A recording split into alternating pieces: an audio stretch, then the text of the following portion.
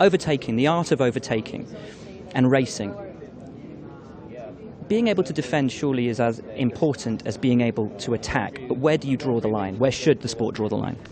Yeah, I think it draws the line, or I think we've all agreed this year that it should draw the line once you've braked. You know, once you've committed and done your line, as soon as you've hit the brakes, then that's it. Like if you've braked in the middle of the track, then sure, hold the line, and naturally the guy's going to be even further inside, so it'll both be a squeeze, but that's the line you sort of have committed to. So yeah, like for me, it's let's say it's a shame to sort of be in a position where we're arguing about a move, because as I've said from the start, I love the racing, and I love a bit of contact or whatever is fine, but I just feel that's where the line is now. It's when you're in the braking zone, if you've been, let's say, outfoxed or outmaneuvered, then that's it. Like the move is done, or at least you can only repair so much of it. So I just felt like that's, and we've all agreed that's why there's the rule. So, but beyond that, I think race hard, do what you want. Sure, you push the guy to the track limits, you know, down the straight or whatever, but once he's there, or once part of his car is there, you have to give him that room, and yeah, that's pretty much it, I think.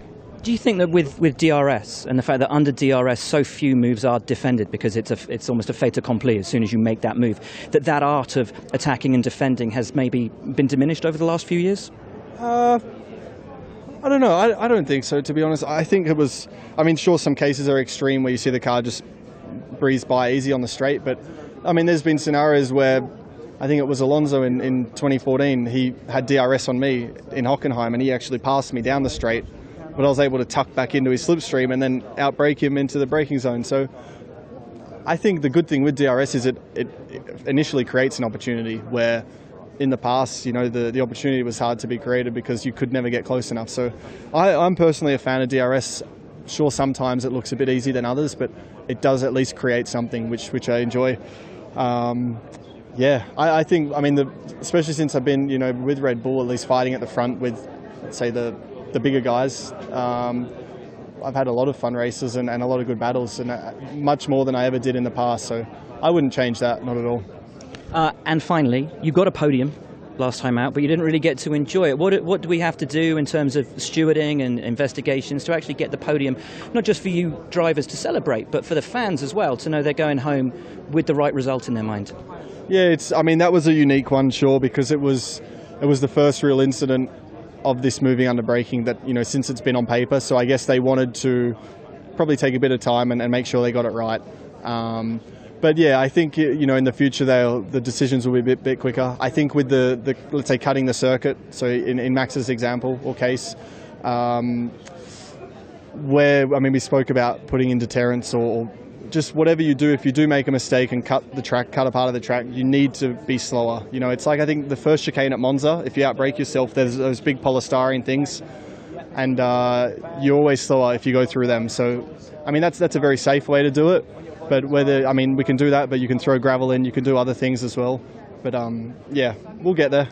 So you're fighting, you're racing, but as much as it's about overtaking each other, you've got to be able to defend as well. Where's the line? Where's the limit? Well, I think from the inside is pretty clear, from the inside of the car. So I think you can defend hard, you can race hard, attack hard, all fine. I'm happy with that. Some people race different than others, fine. But I think you need always to give the people room and not do something silly. Now, if you refer to my situation with Daniel, then I don't feel I've done something silly. I don't feel, you know, it was dangerous. I think I gave him enough room. Yes, it was tough. I said it straight away after as well, but I don't think I did anything that's not allowed. You've been quite vocal this season about the way in which Max has defended, and it got this clarification in Austin. Do you find it slightly ironic, therefore, that you were the first person to get a penalty for defending like that? Well, I don't think I defended like that. That's my whole point. Obviously, what we're saying is the moving under braking. Now, I don't want to go into detail because can't be asked.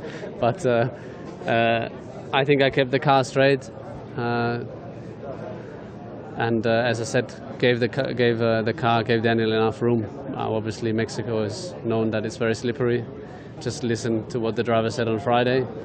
nothing changes offline for Sunday. He was on the very inside of the track, so naturally there was no grip. I think we were lucky to continue, to be honest, because he slightly crashed into me and we both could continue. We've heard a lot from you this season over the radio. I know you got pee, I'm sorry. We've heard a lot from you on the radio this season. I don't want to talk specifically about Mexico, but is it the fact that FOM are just broadcasting more of your messages, or is it reflective of the frustration that you're feeling at Ferrari this year, that we're hearing you so vocal and so passionate? I don't think it has anything to do with frustration. Pretty much the opposite. You know, I'm here to race, and that's what I care for. And as I said, it was a great race, and I saw the podium, so you know, I was full of adrenaline the whole race, trying to really get to the maximum, and I think we, as I said, had a good one. So, you know, when I open the radio, I speak to my team.